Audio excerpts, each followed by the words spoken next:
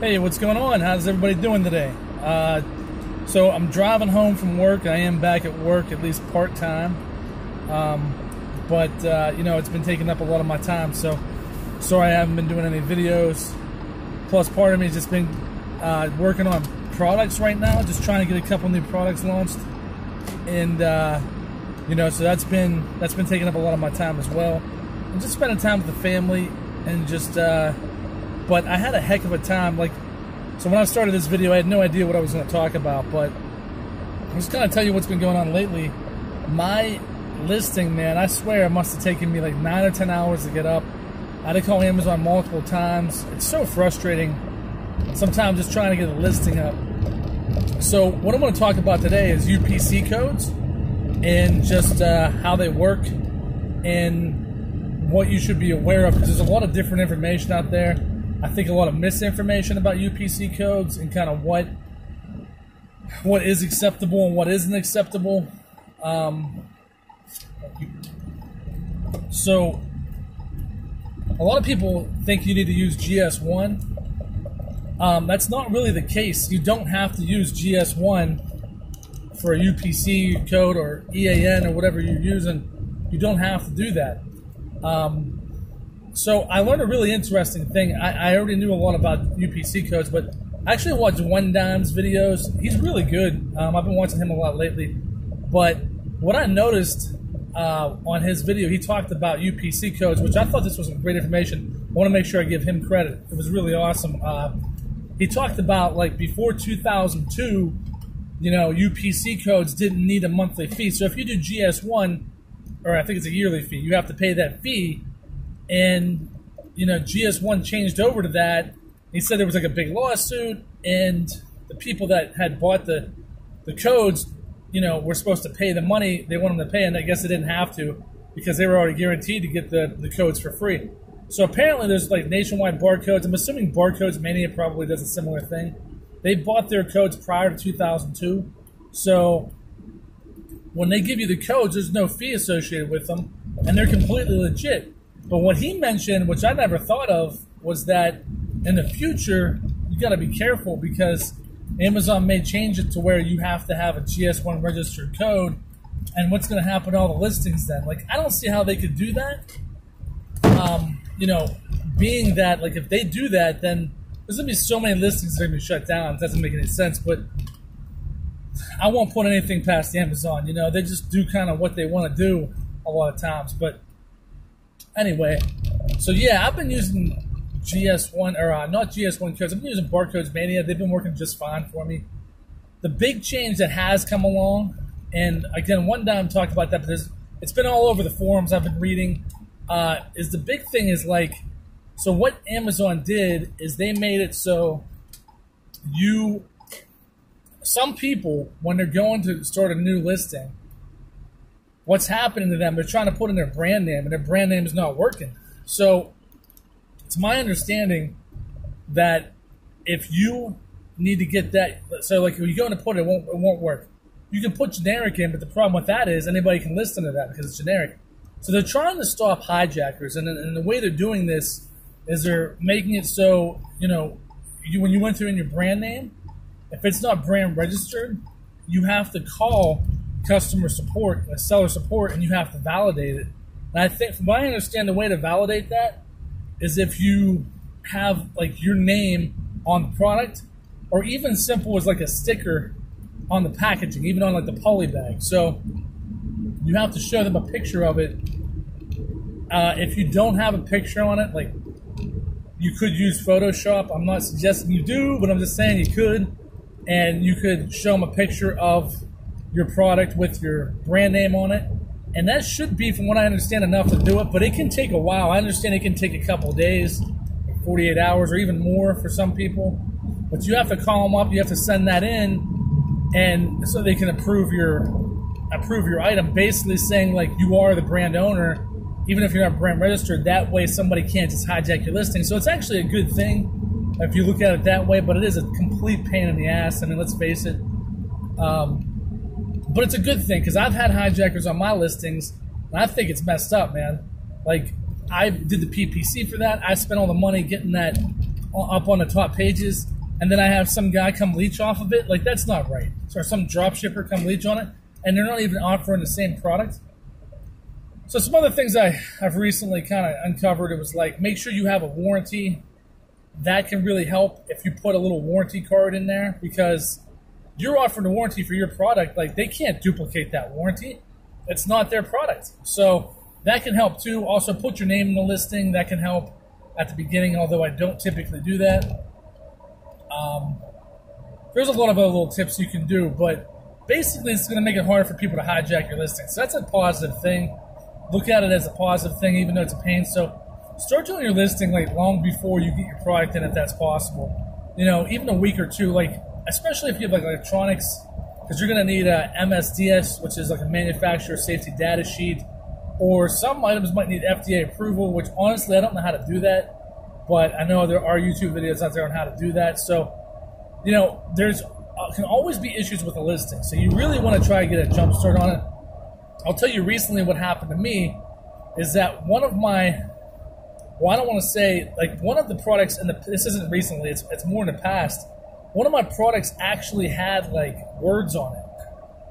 So the problem with that is when I went to list it, it actually like thought I had text in my main picture, but I didn't. It was on the product, and I'm like, some like Amazon bot stopped it and like suppressed my listing.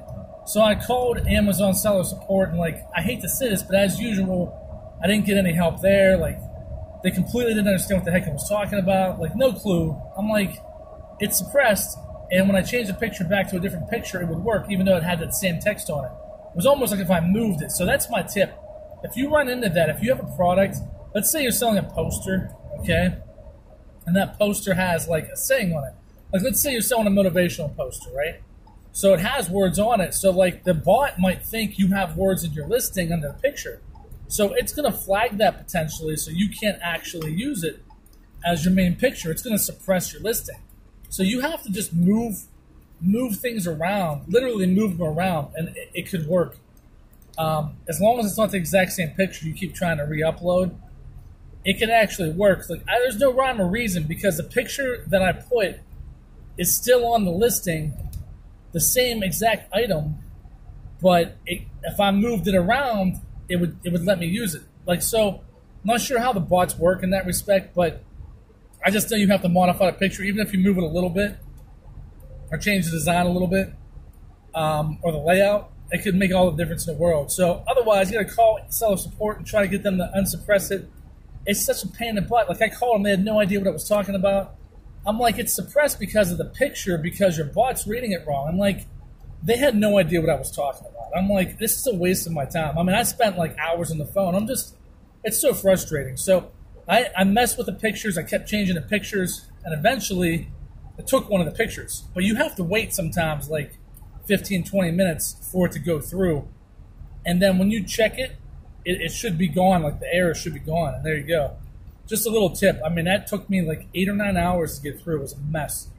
So, yeah, just to recap what we talked about, just make sure if you're doing the listings, make sure that brand name, you have to have some kind of picture. Even if you have them put like a little white sticker on your package, on your poly bag or whatever you use, that just says your brand name, that's fine, from what I understand. And then you can send that picture into Amazon to validate your brand, so you can use your brand name. Because again, if you put generic, it might let you list it, but you're not going to be able to go back in and change it to your brand name. So that's not going to stop anybody from using it, and you're not going to be able to brand register it, as far as I understand that.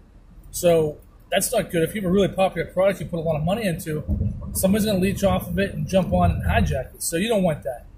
So anyway, those are my tips of the day. The word thing, that's another big thing. You got to, if you have words on your like a motivational poster, you've got to move those posters around on a picture just to try to make it so that it tricks the bot so it doesn't flag you. And I had to do like 5 or 6 different versions for this. It wasn't a motivational poster, but it was some other item. I had to do like 5 or 6 versions of it. It was very frustrating. So, yeah, so if you have any kind of branding on your box, that can confuse it. Like, and if you have that on your main picture, it can think you're putting text on your main picture. So it can, and you'll see other people that have like text on their main picture, and it's like no problem. So I don't know how their bot technology works, but it's completely inconsistent. I'll just let you know that. And there's no rhyme or reason for it, but you just got to change the picture. So anyway, otherwise, I'm just waiting for my product. I've been out for quite a while. Sorry, my phone keeps dipping. I've been out for quite a while on my products. I would say it's frustrating, but I made a lot when I sold out quickly, so I'm fine with that. I should have products coming in this week. The nice part is now I'm getting up to the point where my inventory is costing me 40, 50, 60,000 or more. So is that a barrier to entry for most people? Yeah. Like, who has 50, 60 grand to drop on product, right? So I started very humbly. Like, I started with, thousands, maybe like, I don't know what it was, 4,000, something like that, even less. My first order was like 2,500, I think. My point being is, like, you can start small and build up. It doesn't have to be all at once. Just say, well, I don't have 30, 40,000. Well, yeah, neither did I. And neither do I really. I mean, a lot of it's on credit. But my point being, you can start small, and if you have a success, you can go big from there. Like, I talked about the mirror being a product that could change your life. Like, if you started with 150, 200 mirrors, and you sold them all, you'll make a nice chunk of change, and then you can reorder. So then you get a line of credit maybe. So there's options if your credit's decent, especially. So now I'm to the point where, like, my one product I'm spending with shipping all in, I'm like $24 a unit. So that sounds like it's a lot. I mean, if I order 1,000 units, that's 24 grand. Like, most people don't have $24,000. That, number one, they just don't have it. Number two, if they have it, they're scared to risk it. So I think that gives me a huge competitive advantage but also I'm dealing with big boys now. Like, I'm dealing with big companies that have that kind of cash flow. So, but it also eliminates a lot of the competition from these small sellers from China or all the other small sellers trying to do small products on Amazon. So the barrier of entry becomes greater, but that differentiates me and creates a bigger gap between me and everybody else. So you get to that point and you're really cooking, man. Like, that's where the money's at, I think. So, I have products that are, like I said, $20-some a unit. So if that's the case, I'm going to do really well. If I'm making even $20 a sale on those, $20-25 a sale, I don't even care if I make 15 after PPC, because I can afford it to the point where if I can sell that out, I can make $10,000-$20,000 on an order. And that's huge. I mean, you're talking in a month or two. Like, that's significant money.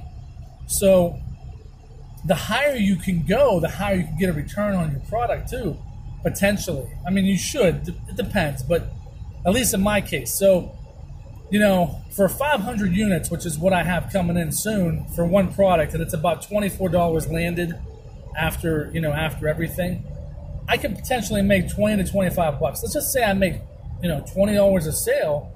Well, that's 10 grand right there. Now it's factoring in PPC and everything, so I probably would make a little more than 20. I'd probably use that for my PPC.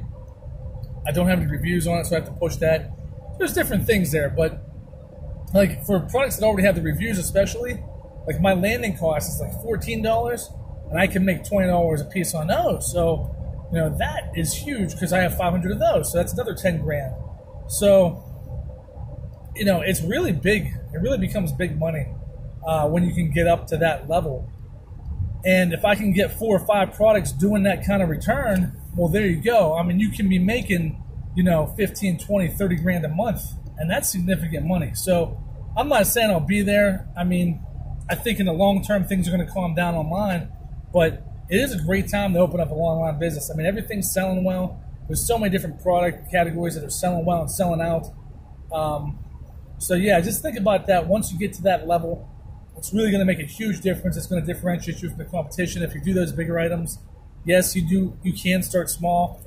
You're just going to have to be patient while you wait for a restock, and you're going to have to try to find some lines of credit or some investors, and you can really do well. So it is higher risk in some respects, but if you do a small order, it's not necessarily higher risk than anything else. So hope this stuff helps you guys. Talked about the listings. Talked about just what's going on. I hope to make some more videos with the board and just some more in-depth videos on how to help you guys out. How I'm doing things, and hopefully something I say or do will help you guys to make that jump to your big item. So Hope all you guys are doing well out there. On my long trek back from work. You guys have a great night. God bless you all. I'll see you guys later.